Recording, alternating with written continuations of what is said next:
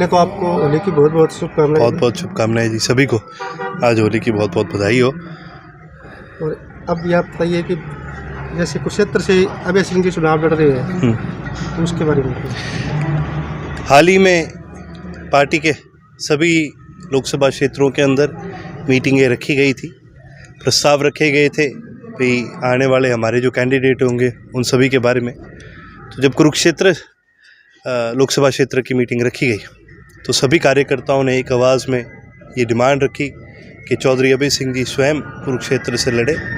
और सभी हमारे कार्यकर्ता साथियों का मन भी था, पहले भी चौधरी अभय सिंह जी वहाँ से लड़ चुके हैं और एक बड़ा सबके मन में है कि भी अब की बार हम चौधरी अभय सिंह जी को कुरुक्षेत्र से विजयी बना के भेजें। इस प्रस्ताव को चौधरी ओम प्रकाश चौटाला जी ने स्वीकार किया और ये फैसला लिया गया कि चौधरी अभय सिंह जी कुरुक्षेत्र से अब की बार लोकसभा का चुनाव। इस बार सिरसा सीट से सभी लोग विचार कर रहे हैं कौन होगा प्रत्याशी। देखिए बाकी जो हमारे 9 लोकसभा क्षेत्र हैं उन सभी के अंदर जैसे कि मैंने कहा मीटिंग रखी गई थी और ये कार्यकर्ता का फैसला होता है कि भाई वो किसको लड़ाना चाहते हैं, किसकी मदद करना चाहते हैं। सभी कार्यकर्ताओं से पूछा जा रहा है, सभी से उनकी राय ली जा रही है और सबकी राय लेकर ये फैसले लिए जाएंगे।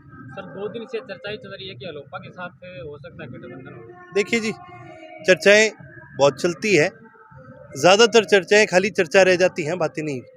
जब कोई फैसला ठोस होगा तो सबसे पहले पत्रकार साथी आप सभी को ये बताया जाएगा। जब तक ये बात चर्चा में है या कोई चर्चा है तो मेरे ख्याल से जी इन बातों पर ज़्यादा गौर नहीं करना चाहिए। भाजपा दावा कर रही है कि 400 सीटें पार होगी और जो हरियाणा की 10 सीटें हैं वो भी हमारी। देखिए हाल ही के अंदर इस देश के अंदर कई बड़े खुलासे हुए हैं।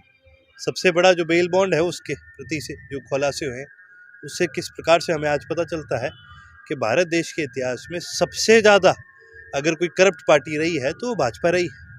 ये वो पार्टी है जिसने पैसे खाने को एक कानून बनाया, गलत कानून बनाया और जब फिर सुप्रीम कोर्ट से इसकी वापसी करवाई गई तो आज सरकार सुप्रीम कोर्ट के साथ कोऑपरेट नहीं कर रही और इन लिस्टों को पूरी तरह से जारी नहीं करा जा रहा।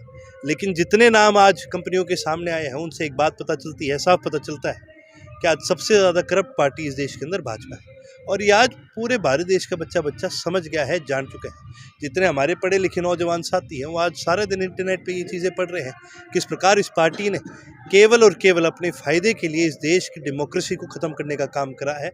मेरे मानना ये है कि आज भारत देश का नौजवान इस पार्टी को सत्ता से बाहर करना चाहता है। सर शराब घोटाले में केजरीवाल को गिरफ्तार किया गया, रिमांड भी हुई। आप किस नज़र से देख रहे हैं? देखिए जैसे कि हमने पहले भी कहा है कि ये भाजपा ऐसी पार्टी है जिसने निरंतर बार सीबीआई का और ईडी का दुरुपयोग करा है। ये पिछले 3 महीने में दूसरी बार ऐसा हुआ है कि किसी मुख्यमंत्री को अरेस्ट करा गया है। हाल ही में ये भी सुप्रीम कोर्ट की भी, यहाँ तक कि हाई कोर्ट की, सुप्रीम कोर्ट की, इनकी कई बार टिप्पणी भी आ चुकी है कि ये जो सरकारी मशीनरी है इसका दुरुपयोग किया जा रहा है।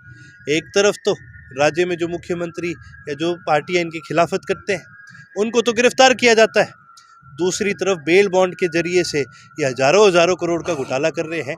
ईडी इनके ऊपर क्यों कार्रवाई नहीं कर रहा?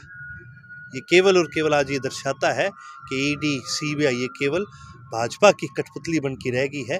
आज ये दोनों ऐसी एजेंसियां हैं जो देश के फायदे के लिए काम नहीं कर रही, केवल भाजपा के फायदे के लिए काम कर रही। सर होली पे क्या संदेश देना चाहोगे ऐलनाबाद क्षेत्र के? मैं तो ऐलनाबाद के और हरियाणा के सभी साथियों को यही संदेश देना चाहूँगा कि होली का दहन करें और अब की बार इस होली पे जितने ये पाप हैं इस देश के अंदर, प्रदेश के अंदर, इन सबको एक बार में नष्ट करने का काम